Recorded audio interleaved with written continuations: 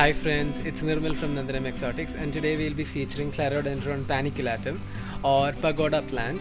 It's locally called Krishna Kiridam as well. So let's get into the video.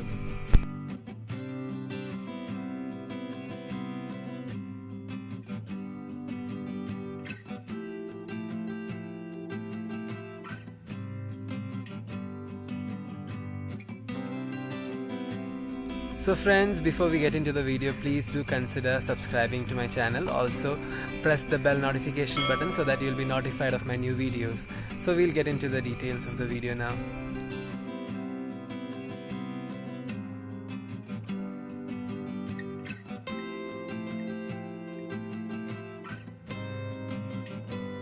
Friends, if you're planning on having butterflies in your garden, I would suggest this as the best option, because just when I was videographing this particular plant, so many butterflies visited it.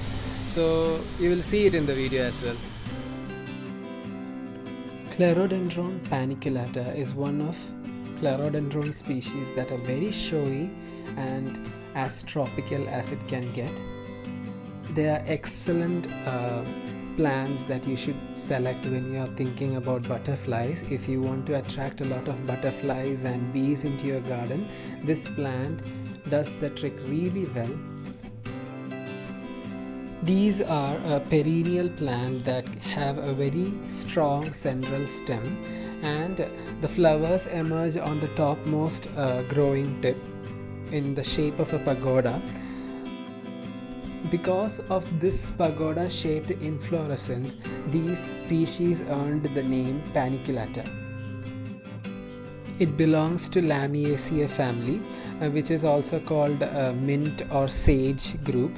The holy basil, the plants like mint, etc. belong to this group of plants. This plant is very endemic and naturalized in my part of the world. I'm from Kerala, and this particular plant can be seen anywhere where there is an abandoned yard or land.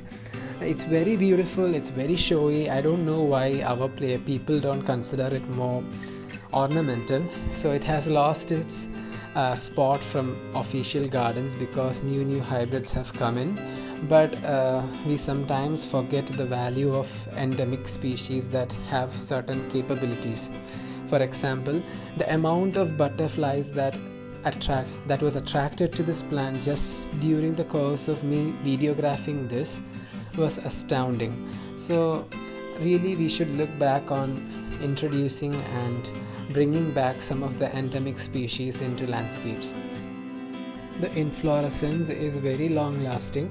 It's kind of like a sequential bloomer. It keeps on producing new blooms from the tip, as you can see right now. In this clip, the pagoda shape that we were talking about is pretty evident. They bloom multiple times in a year. It depends upon how many growing tips a certain plant has. If you keep on pruning it, you can get multiple branch outs from the same plant, and how many growing tips it have, that many inflorescence will also be produced during the flowering time. They can grow around 7 to 8 feet tall if you let them. So they have multiple purpose in a landscaping point of view. You can use them as bushy plants that come up to shoulder level and flower, or you can use them in a backdrop where they can grow up to 7 or 8 feet tall and still give you beautiful red blooms. They are very vigorous growers, and if they are planted in a very tropical setting, they can really outgrow the space very fast. So if you're planning to introduce this beautiful plant into your landscape, be sure to always keep the plant contained. Container gardening is not so preferable for this plant because they have very extensive root and also would require a lot of water and fertilizer. They always prefer to be in moist soil, and a lot of organic matter should also be available in the form of nitrogen because they grow a lot. So now you can see how this plant grows. The center stem is pretty rigid, and at the topmost growing point is where the inflorescence comes. I'm just collecting one small division that I found in the yard for my own garden. The soil was pretty loose, so I can just wiggle the plant out. I'm surely going to put a good display of this plant in my own garden.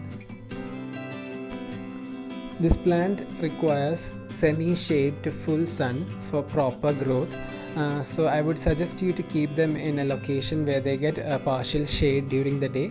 If you want to place them in full sun, that is also okay, but the leaves might lose a little bit of the color, the green rich color, and might be a little yellowish, but they do perform well in both full sun and semi-shade. The plant proves to be very medicinal in its properties. It is very much used in traditional Indian Ayurvedic system for its antiviral, anti-inflammatory and antipyretic properties. So friends, this is all I have to say right now about this plant. Please do give a like for this video if you like my content. So friends, I hope you guys liked my video today.